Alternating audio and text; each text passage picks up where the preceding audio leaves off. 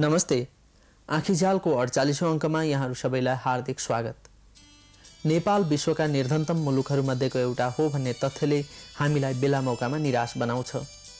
यस्ता तथ्याङ्कहरूका छायामा हामी आफूसित भएका प्राकृतिक स्रोत साधनका विराट भण्डार र तिनका अपरिमित सम्भावनाहरूलाई पनि कहिलेकाहीँ बिर्सन पुग्छौँ। तर जब फुर्सदमा हामी हाम्रो देश शान्त, सुन्दर र विशाल छ भन्ने कुरा अनुभव गर्छौँ, त्यसबेला निराशाका बादलहरू हट्न थाल्छन् र हामीमा नयाँ आशा, नयाँ विश्वास र नयाँ जाँगरको प्रादुर्भाव हुन्छ। आजको अङ्कमा हामी यस्तै दुईवटा सामग्री लिएर आएका छौँ जसले हामीलाई आफ्नै वरिपरि भएका प्राकृतिक स्रोत साधन र तिनका सम्भावनाका बारेमा घचघच्याउँछन्। पहिलो सामग्री मौरी पालनका बारेमा छ। दोस्रो सामग्री विश्वभर लोकप्रिय भइरहेको हिमाली नदीहरूको जलयात्रा अर्थात् र्याफ्टिङका बारेमा छ। मौरी पालन नेपालीहरूका लागि नौलो काम होइन, तर हामी कहाँ आधुनिक, वैज्ञानिक र व्यावसायिक ढङ्गले मौरी पालन गर्न थालिएको धेरै भएको छैन। धेरै जमिन, धेरै लगानी र धेरै परिश्रम नचाहिने यो काम नेपाली ग्रामीण कृषि क्षेत्रहरूका लागि मात्र होइन, सहरी इलाकाहरूका लागि पनि उत्तिकै उपयुक्त छ। प्रस्तुत छ वातावरण र स्वास्थ्य दुवैका लागि उपयुक्त मौरी पालन व्यवसायका बारेमा दीपक गजुरेलको रिपोर्ट।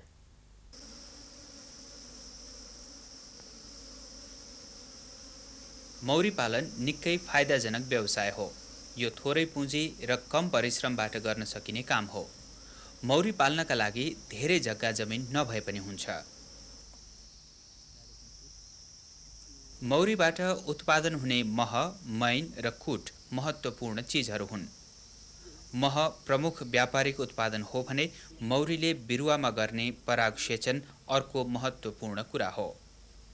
मौरी पाल्दाखेरिको फाइदा त हेर्नुहोस्, सबभन्दा पहिला हुन त हेर्दाखेरि मह र मैनलाई चाहिँ बढी मात्रामा फाइदाजनक भनेर देखिन्छ। यो भन्दा पनि अझ बढी फाइदा त कसरी हुन्छ त भन्दाखेरि हामी कृषि प्रधान देश भएको हुनाले कृषिसँग सम्बन्धित मौरीले के गर्छ त बाहिर फुलमा रस लिन गएको बेलामा परागसेचन गरिदिन्छ, भने मतलब पोलिनेसन गरिदिन्छ।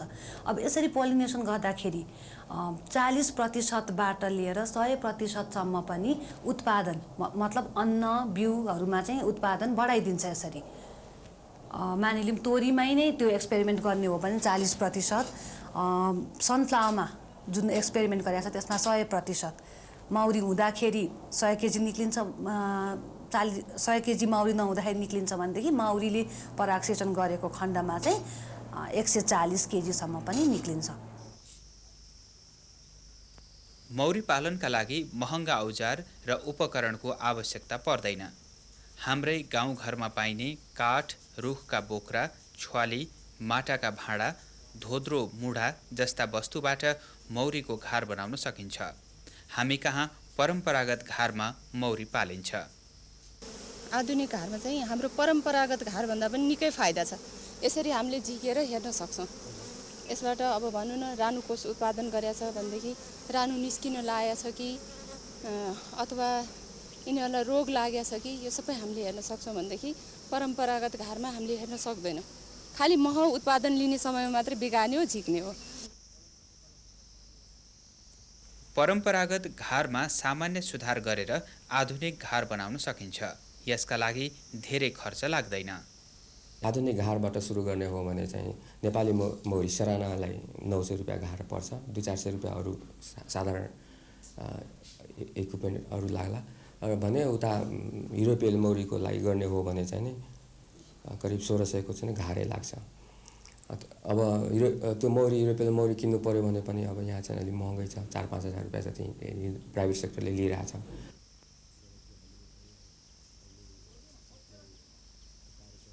मौरीले फूलको रस खान्छ, यसैबाट मह बनाउँछ। यसलाई अरू थोक खान दिइरहनु पर्दैन। फूलमा हुने रस र परागकण अन्य कुनै काममा प्रयोग हुँदैन। बरु मौरीले पराग सेचनको माध्यमबाट बोट बिरुवाको उत्पादनमा मद्दत पुर्याउँछ। मौरी पाल्न थालिसकेपछि मान्छेले बुझ्छन् कुन चाहिँ मौरीलाई सुहाउने रुख हो, कुन चाहिँ मौरीलाई सुहाउने बिरुवाहरू हो भनेर त्यही अनुसार चाहिँ उनीहरूले त्यस्ता बिरुवाहरू संरक्षण गर्ने र ती बिरुवाहरू मतलब अरू थप बिरुवाहरू फेरि रोप्ने, त्यसो गरेर पनि वातावरणलाई चाहिँ वातावरण संरक्षणमा चाहिँ मद्दत पुर्याउँछ जस्तो मलाई लाग्छ। त्यसको साथसाथमा मौरीबाट अहिले कुट भन्ने जुन चाहिँ पराग हो फुलको, त्यो पराग पनि मौरीले सङ्कलन गरेर ल्याउँछ। त्यसलाई पनि हामीले चाहिँ निकाल्न सक्छौँ र त्यसलाई पनि बजारमा बेच्न सकिन्छ। जुन युरोपमा अमेरिकामा यसको मार्केट छ, नेपालमा अहिले अलि मान्छेले थाहा पाइसकेका छैन। यसको साथसाथमा अर्को रोयल जेली, जुन हामीले चाहिँ रानीलाई खुवाउने खुराक, शाही खुराक पनि भनेर भनिन्छ, त्यो रोयल जेली पनि उत्पादन गरेर बिक्री गर्छ। मौरी पाल्ने आधारभूत जानकारी प्राप्त गर्न सजिलो छ। मौरीलाई दिनदिनै धेरै समय हेरचाह गरिरहनै पर्दैन। खेतीपाती र अन्य काम गर्दै पनि मौरी पाल्न र फाइदा लिन सकिन्छ। घरको छानामा, रुखको हाँगामा वा खेतबारी जहाँसुकै घार राखेर पनि मौरी पाल्न सकिन्छ। मौरी करिब 20,000 प्रजातिका हुन्छन्, तर 5-6 प्रजातिका मौरीले मात्र मह उत्पादन गर्छन्। 40,000 भन्दा बढी प्रजातिका फूल फुल्ने बिरुवा मौरीको आहारा हुने गर्छ। नेपालमा मुख्य रूपले 2 प्रजातिका मौरी पाल्ने गरिएको छ। जङ्गली अवस्थामा अन्य 1-2 प्रजातिका मौरी पनि हामी कहाँ पाइन्छन्। व्यवस्थित रूपले मौरी पाल्नका लागि चाहिने प्रशस्त बोट बिरुवाहरू हामी कहाँ उपलब्ध छन्। हिमाली क्षेत्रबाहेक नेपालको जुनसुकै स्थानमा मौरी पाल्न सकिन्छ। वास्तवमा भन्यो भने मौरी पालन चाहिँ जुनसुकै क्लाइमेटमा पनि गर्न सकिन्छ। तर त्यसका चाहिँ आवश्यकता खास के भन्दाखेरि तिनीहरूलाई चाहिँ खानाको कमी हुनु हुँदैन। खानाको कमी हुनु हुँदैनको मतलब तिनीहरूलाई पुष्परस, तिनीहरूको लागि चाहिने पराग, अथवा हामीले त्यसलाई चाहिँ कुट पनि भन्दछौँ, तिनीहरूको चाहिँ एभाइलेबिलिटी यदि छ भने, तिनीहरूको उपलब्धि छ भने मौरी पालन एउटा चाहिँ क्लाइमेट त्यसको लागि कुनै लिमिटिङ फ्याक्टर होइन। त हामीले जहाँ पनि गर्न सक्छौँ। नेपालको चाहिँ जुम्लादेखि लिएर हाम्रो तराईसम्म जहाँ पनि हुनसक्छ। नेपालमा स्थानीय प्रजातिको एपिस सेराना र युरोपेली प्रजातिको एपिस मेलिफेरा भन्ने मौरी पाल्ने गरिएको छ। एपिस मेलिफेराको एक घरबाट एक वर्षमा 40देखि 50 किलोसम्म मह उत्पादन हुन सक्छ भने स्थानीय प्रजातिको एपिस सेरानाको एक घरबाट बढीमा 15 किलोसम्म मह प्राप्त गर्न सकिन्छ। एपिस मेलिफेरा घार छोडेर सितिमिति भाग्दैन। मौरीमा घार फुटेर नयाँ घार बन्ने प्रक्रिया हुन्छ। मौरी पालनको एउटा चाहिँ गृह त्याग भन्ने हुन्छ र अर्को चाहिँ यो स्वार्मिङ अथवा चाहिँ हुल निर्यास भन्ने प्रक्रिया हुन्छ। यो दुईवटा प्रक्रिया बहुतै महत्त्वपूर्ण छ किसानहरूलाई जान्नको लागि। र त्यसमा स्वार्मिङ भनेपछि मौरी हुल छुटेर जान्छ। त्यसमा के हुन्छ भन्दाखेरि मौरीले आफ्नो प्राकृतिक वंश वृद्धि गर्ने प्रक्रिया हो यो। र त्यसमा एउटा घारबाट 2टा 3टा 4वटा 10-11वटासम्म पनि गोलाहरू चाहिँ त्यसमा बन्न सक्छ। तर यो हुल यो गृह त्याग भनेपछि एब्सकन्डिङ जसलाई भन्छ, गृह त्याग भनेपछि यसमा मौरीले बसाइ सर्ने प्रक्रिया हो। मौरीले घारै छोडेर जाने गर्दछ। र त्यो घार छोड्ने प्रक्रिया विभिन्न कारणले हुनसक्छ। जस्तै कि मौरीको लागि वातावरणमा खाना छैन अथवा चाहिँ पुष्परस छैन भने, त्यसलाई चाहिँ धेरै रोग शत्रुहरूले दुःख दिएछ भने, अथवा त्यसमा त्यो गोलालाई मानिसले चाहिँ ज्यादै धुवा दिएर अथवा चाहिँ कुनै किसिमबाट चाहिँ त्यसलाई डिस्टर्ब गरिरहेछ भने मौरीहरू चाहिँ भागेर जान सक्छ। तर हाम्रो चाहिँ एपिस सेराना जातमा यो दुईटै स्वार्मिङ अथवा चाहिँ हुलनिरास र यो गृह त्याग गर्ने जुन प्रक्रिया छ त्यो एपिस मेलिफेरा जातको भन्दा बढी देखिन्छ, बढी सङ्ख्यामा देखिन्छ। घारमा 3 खालका मौरी हुन्छन्। एउटा घारमा रानी मौरी एउटा मात्र हुन्छ। रानु मौरी चाहिँ पूर्ण विकसित पोथी हो भने कर्मी मौरी चाहिँ अर्ध विकसित पोथी हो र दुईटै पोथी नै हुन्। तर भाले मौरी चाहिँ अब ढोर मौरी भाले मौरी भइहाल्यो। रानु मौरीको काम निरन्तर फुल पार्ने र उसले चाहिँ एक किसिमको आफ्नो शरीरबाट फेरोमोन तत्त्व चाहिँ छोडेर गोलालाई नियन्त्रण गर्ने प्रक्रिया गरिरहेको हुन्छ भने कर्मी मौरीले गोलाका सम्पूर्ण कामहरू गरिरहेका हुन्छन्। अब यिनीहरू फुल अवस्थामा फुलबाट लार्भा, प्युपा र वयस्क अवस्थामा जान्छन्। कर्मी मौरी 21 दिनमा फुल अवस्थाबाट फुलदेखि वयस्क अवस्थासम्म चाहिँ 21 दिनमा हुन्छन् भने ढोर मौरी 24 दिनमा र रानु मौरी 16 दिनमा। भाले मौरीले वंशवृद्धि गर्न मद्दत गर्नु बाहेक कुनै काम गर्दैन। भाले माउरी चाहिँ खास गरिकन यो सिजनमा निस्किन्छ। यदि नयाँ रानो माउरी चाहिँ निकाल्नु पर्यो, उनीहरूलाई आवश्यकता भयो भने चाहिँ पहिला चाहिँ उनीहरूले के गर्छ भने भाले माउरी चाहिँ निकाल्ने काम चाहिँ उनीहरूले गर्छ। अनि त्यसपछि भाले माउरी निस्केपछि अनि नयाँ रानो माउरी निस्किन्छ। अनि त्यसपछि गएर चाहिँ उसले के गर्छ भने अनि मिटिङ गर्ने काम चाहिँ भाले माउरीको हुन्छ र उसको चाहिँ खालि खाने काम मात्रै हुन्छ, त्यो बाहेक अरू काम चाहिँ उसको हुँदैन भाले माउरीको चाहिँ। उसको काम सकेपछि अब त्यसमा चाहिँ के हुन्छ भने उनीहरू त उयो खाने मात्रै हो, काम त केही हुँदैन। जब उनीहरूको चाहिँ अब जुन रानी माउरीसँग हुनुपर्ने काम थियो त्यो पुरा भएपछि के गर्छ भने अब वर्कर माउरीहरूले के गर्छ, उसलाई चाहिँ खुवाउनु पर्यो उल्टो, भनेपछि ऊ काम पनि नगर्ने, ऊ चाहिँ एकदम मस्तीले बस्ने भयो होइन। अनि त्यसले गर्दाखेरि अनि त्यो भइसकेपछि अनि उसलाई चाहिँ के गर्छ भने गेटबाट चाहिँ निकालिदिन्छ अटोमेटिक, अथवा उसलाई खान दिँदैन। खान नदिने बित्तिकै त्यो भाले माउरी आफै नै मर्छ अनि त्यत्तिकै नै हराएर जान्छ भाले माउरी। मौरीले उत्पादन गर्ने मह, मैन र कुटको अन्तर्राष्ट्रिय बजारमा ठूलो माग छ। श्रृङ्गार प्रसाधन, औषधि, रङ्गाई, छपाई जस्ता उद्योगहरूले मैन प्रयोग गर्छन्। हामी कहाँ महको उत्पादन र वितरण माग अनुसार नभएकोले विदेशबाट मह आयात हुने गरेको छ। मह र मैनको बजारको कुरा गर्ने हो भनेदेखि काठमाडौँमा अहिलेसम्म हामीले देखेको मार्केट चाहिँ नेपालमा काठमाडौँकै हो है। किन भन्दाखेरि बाहिर त अब आफ्नै गाउँघरमा मह भइहाल्छ, त्यही नै खान्छन् होइन। तर काठमाडौँमा सहरमा चाहिँ हतपति माउरी पालन नगरेको पनि र मान्छेहरू अलिकति मह खान रुचाउने पनि भएको हुनाले चाहिँ काठमाडौँलाई चाहिँ हामीले मार्केट जस्तो सम्झेका छौँ। त्यसको साथसाथमा अहिले यसो हेर्ने हो भनेदेखि इन्डियाबाट है, अनि त्यस्तै गरी अस्ट्रेलिया, चाइना र विभिन्न अरू देशहरूबाट पनि विदेशी महहरू भित्रिरहेको छ। अब त्यो भित्रिनुको कारण नै नेपालमा काठमाडौँमा मार्केट भएर नै भित्रिएको हो होइन। अब हामीले नेपालको महलाई पनि सङ्कलन गरेर काठमाडौँको उपभोक्ताहरूलाई चाहिँ दिन सकेको खण्डमा त्यही तुलनामा मतलब त्यस्तै राम्रो प्याकेजिङ गरेर चाहिँ हामीले दिन सकेको खण्डमा बिक्री नहुने भन्ने कुरा छैन छ। तर अब विदेशी मह सस्तोमा आउँछ र नेपाली महलाई कम्पिट गर्न गाह्रो परिरहेको छ कि यसमा चाहिँ मेरो विचारमा अलिकति राम्ररी ध्यान पुर्याएको खण्डमा चाहिँ विदेशी महसँग पनि कम्पिट गर्न सकिन्छ कि जस्तो लाग्छ। सरकारी स्तरमा कृषि मन्त्रालय अन्तर्गत मौरी विकास शाखाले कृषकहरूलाई तालिम दिने गरेको छ। मौरी पालनको कार्यक्रम माध्यमबाट हामीले चाहिँ 3वटा कार्यक्रमहरू राखेका छौँ। एउटा चाहिँ तालिम दिने, तालिममा पनि हामीले किसानहरूलाई तालिम दिने, त्यसपछि ट्रेनिङ अथवा चाहिँ तालिम दिनेहरूलाई तालिम दिने र त्यसपछि हामीले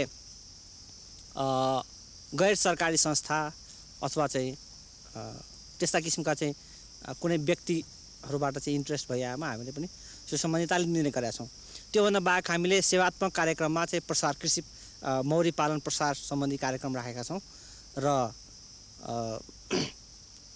त्यसलाई चाहिने हामीलाई चाहिँ के चाहिँ टेक्नोलोजीहरू चाहिन्छ त अथवा चाहिँ एउटा भनौँ मौरी पालन सम्बन्धी उपयुक्त प्रविधि विकास पनि हामीले यहाँ केही हदसम्म चाहिँ गर्ने गरेका छौँ।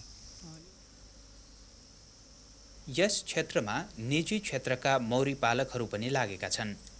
निजी मौरी पालक व्यवसायीहरू मह, मैन र कुट उत्पादन गरी बिक्री गर्नुका साथै मौरीको घर र गोला पनि बेच्ने गर्छन्। तालिमको व्यवस्था पनि यिनीहरूले गरेका छन्। हिमालयन बी कन्सर्नले पनि अहिलेसम्म 1200 जनालाई चाहिँ तालिम दिइसकेको छ आधुनिक मौरी पालनमा। अब यी 1200 मान्छेले मौरी पालेनन् भन्ने फलोअप चाहिँ राम्ररी हुन सकेको छैन है। यसमा फलोअप गरेको खण्डमा चाहिँ मौरी पक्कै पनि सफल हुन सक्छ जस्तो मलाई लाग्छ। अब भर्खर नेपालमा आधुनिक मौरी पालन अलिकति राम्रो देखिन थालिरहेछ। हुन त यो आधुनिक मौरी पालन चाहिँ जुद्ध शमशेरको पालामा आएको हो। जुन घारमा मौरी राख्ने भन्ने चलन चाहिँ जुद्ध शमशेरको पालामा आए तापनि अहिले चाहिँ अलिकति यसले चाहिँ व्यवस्थित रूपहरू लिन थालिरहेको छ र अब यसरी माउरी पाल्न थालेपछि चाहिँ राम्रो हुन्छ। अस्ति भर्खर पनि हामीले चाहिँ अल नेपाल हनी फेस्टिभल भनेर चाहिँ एउटा माउरी सम्बन्धी प्रदर्शनी गरेका थियौँ।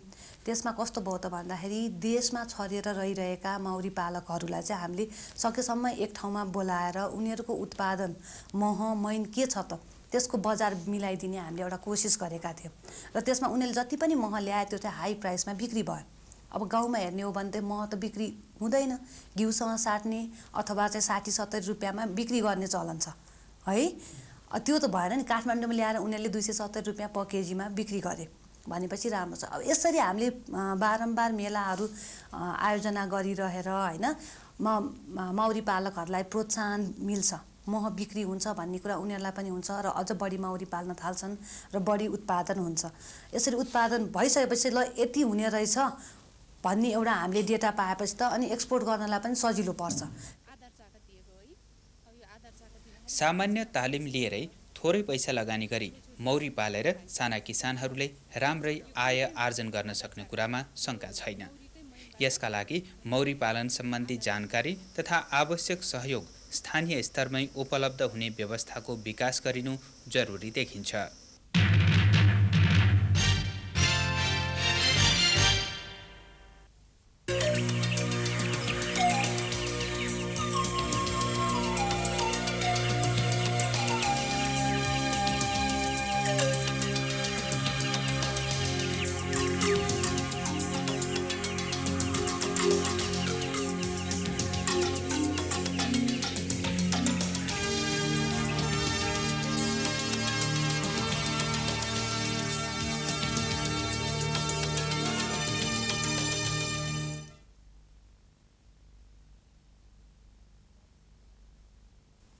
हिमाली क्षेत्रबाट बग्ने वेगवान नदीहरू जलशक्तिका अपार भण्डार त हुन् नै, जीव प्रकृति र वातावरणका दृष्टिले पनि यिनको विशिष्ट महत्त्व छ।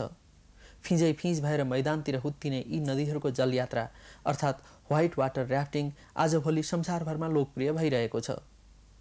यस साहसिक खेलका बारेमा दर्शकहरूलाई विविध जानकारी दिने उद्देश्यले मोहन विष्टले तयार गरेको यस रिपोर्टले हाम्रा नदीहरूको संरक्षणका बारेमा प्रेरणा पनि दिनेछ भन्ने हामीले विश्वास लिएका छौँ।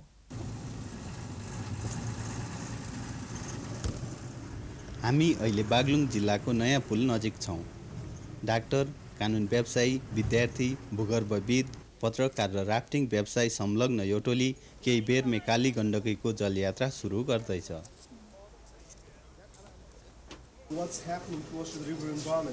राफ्टिङका लागि साहसका साथै प्राविधिक जानकारी पनि चाहिन्छ।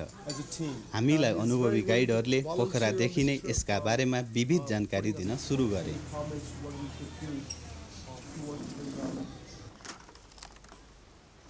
सुरक्षाका लागि लाइफ ज्याकेट र हेलमेट जस्ता सबैले प्रयोग गर्ने उपकरण, गाइडहरूले प्रयोग गर्ने डोरी, चक्कु आदि हामीसँग थिए।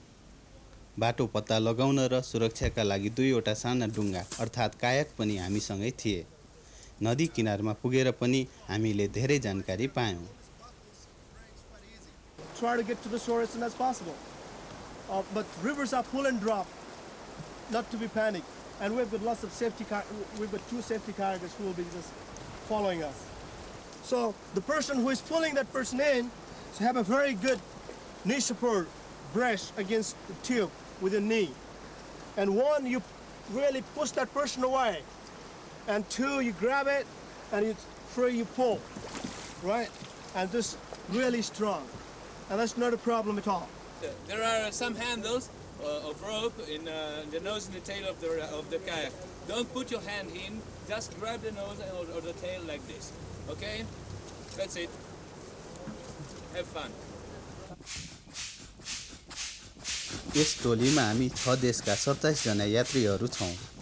अहिले हामी जुन किसिमको जलयात्रा सुरु गर्दैछौँ यसका लागि हाम्रो देशले संसारभरमा प्रसिद्धि पाउन थालेको छ।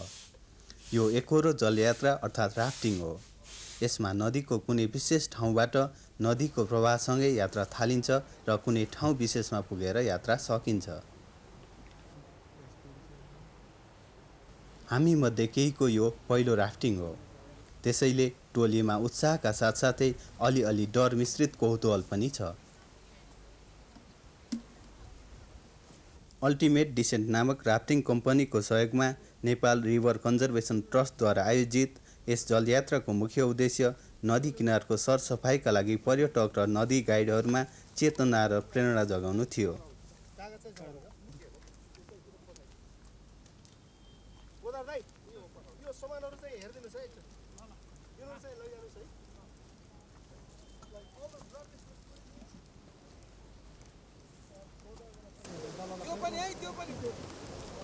चारवटा राफ्टमा 27 जना यात्रीका लागि चाहिने गाँस, बाँस, लुगाफाटा र आँखी झ्याल टोलीका छायाङ्कन उपकरण सबै हटाएर हाम्रो टोली अघि बढ्यो।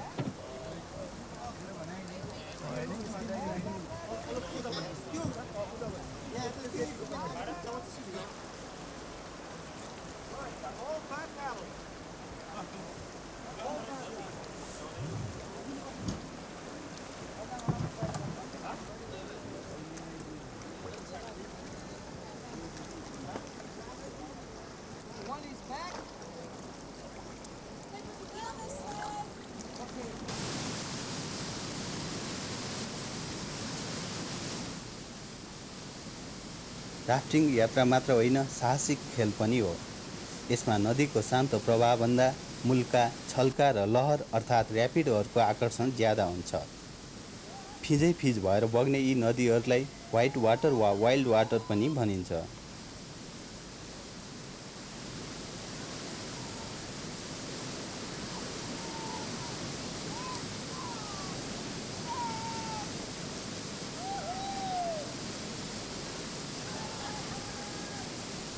राफ्टिङ कहिले स्थापना भयो नेपालमा भनेर जुन चाहिँ 1976 देखि चाहिँ स्थापना भयो भन्नुपर्छ कमर्सियल। तर यत्रो लामो 19 वर्षको इतिहासमा त्यहाँ चाहिँ राफ्टिङको प्रगति, पपुलरिटी पनि बढ्दै गएको छ। तर कम्पनीहरू पनि बढ्दै गएका छन्। अहिले हाल नेपालमा चाहिँ अब 80 भन्दा बढी कम्पनीहरू छन्। तर कसैको पनि ध्यान चाहिँ खुला संरक्षणप्रति, नदी नाला संरक्षणप्रति गएको जस्तो लाग्दैन। अनि राफ्टिङले गर्दाखेरि चाहिँ नेपालमा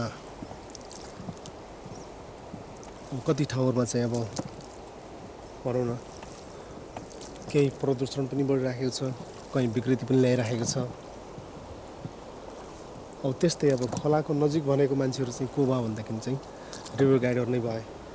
सो हामीहरू रिभर गाइडहरूले खोलाप्रति समर्पित मान्छेहरूले खोलाको संरक्षण, नदी नालाको संरक्षण नगरेर कसले गर्ने त भन्ने यही कुराहरूकै उपजले चाहिँ हामीले चाहिँ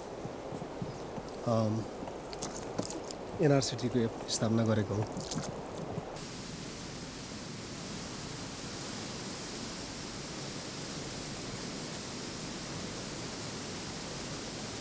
नेपालमा कर्णाली, कालीगण्डकी, मर्स्याङ्दी, त्रिशुली, सुनकोशी, भोटेकोशी लगायतका नदीहरूमा राफ्टिङ गरिन्छ।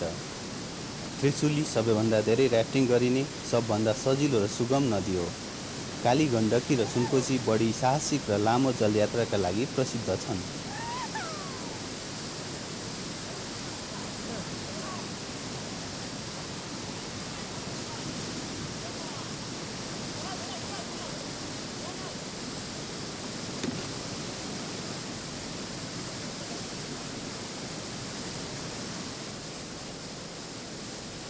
सानो डुङ्गा चढेर एक्लै जलयात्रा गर्ने पनि गरिन्छ।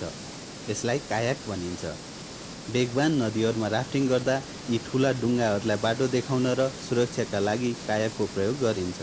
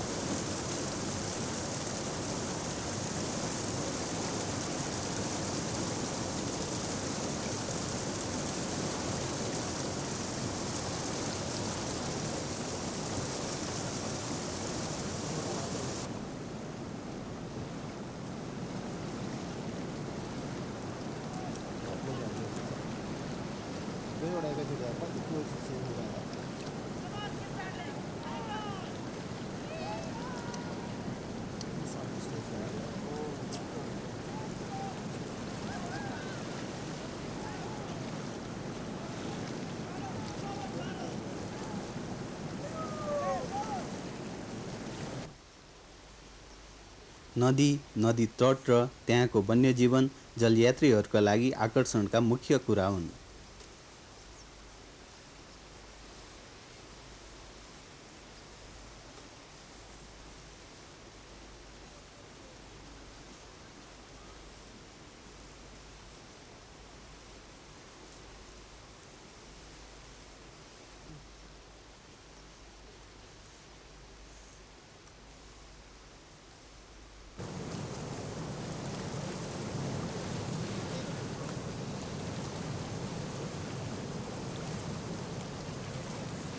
नदीभन्दा माथिबाट हेर्दा राफ्टिङ नदीको प्रवाहसँगै बग्दै जाने सजिलो काम जस्तो लाग्छ, तर यथार्थमा यसमा धेरै परिश्रम गर्नुपर्छ। नदीको प्रवाह, मुल्का, भुमरी, ढुङ्गा आदि छल्न सिप पनि चाहिन्छ।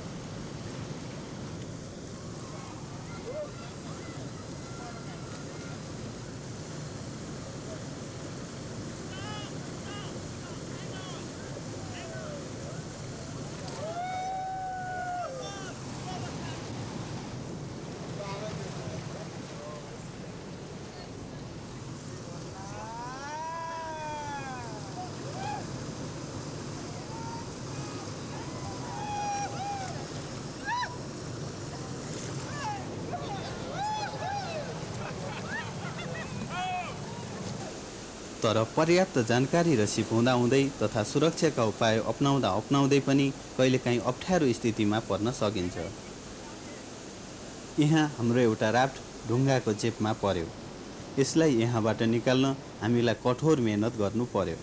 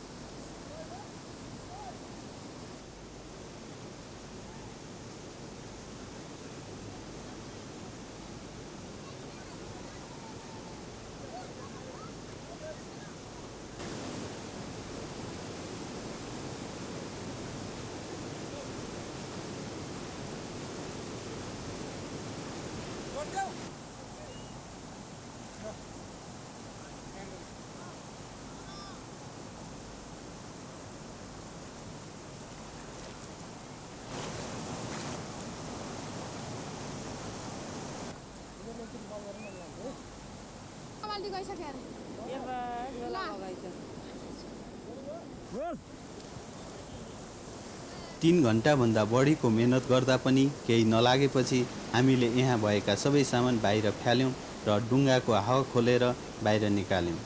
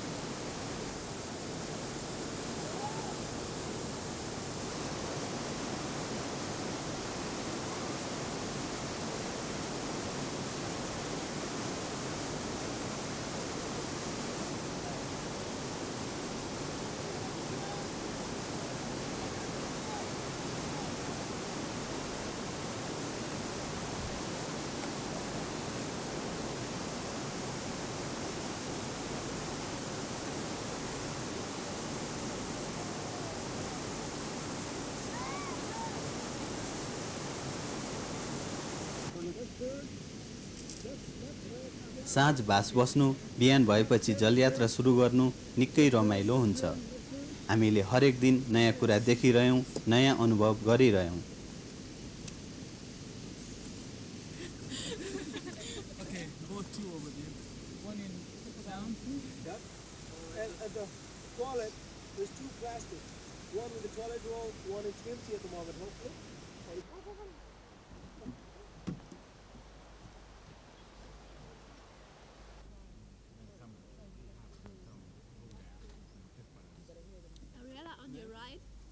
Or you can have chocolate, but there's no coffee. What?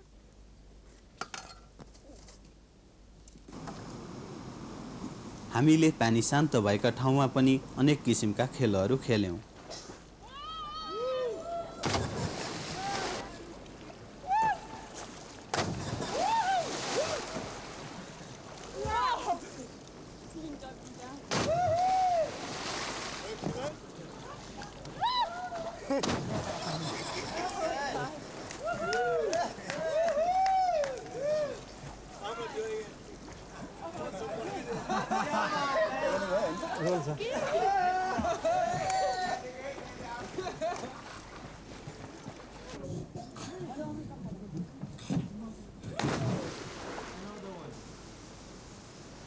Kali Gandaki हिन्दूहरूका लागि ज्यादै पवित्र नदी हो। भौगोलिक र भौगर्भिक अध्ययनका लागि पनि यो नदी ज्यादै महत्त्वपूर्ण छ।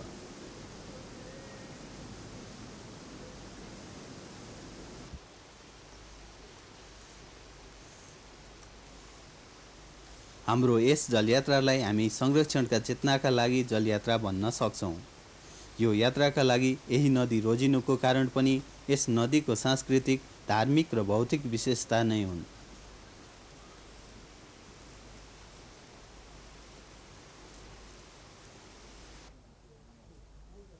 काली गण्डकीका तीरमा पर्ने रेडी नेपालमा भएका पवित्र तीर्थस्थलहरूमध्येको एउटा हो।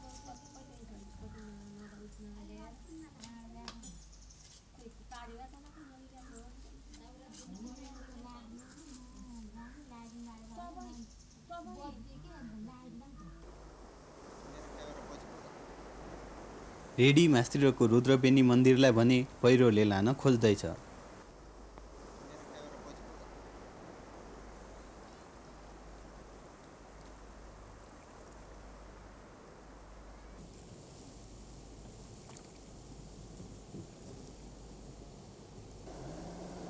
खड्ग शमशेरले बनाएको रानीघाट दरबारलाई नेपालको ताजमहल पनि भनिन्छ। भग्नावशेषका रूपमा रहेको यो दृश्य यस यात्राक्रममा देखिने सबैभन्दा अप्रिय दृश्य हो।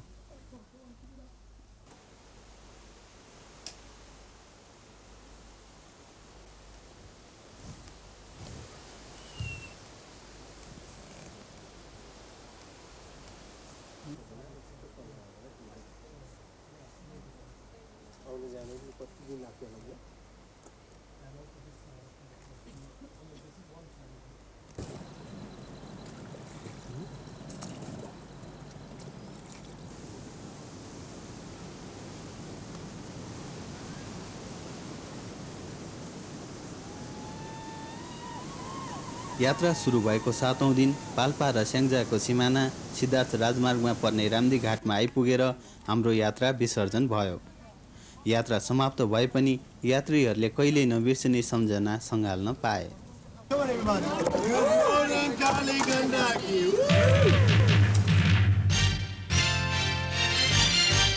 यसका साथै आजको आँखीजाल यतिमै सकिन्छ।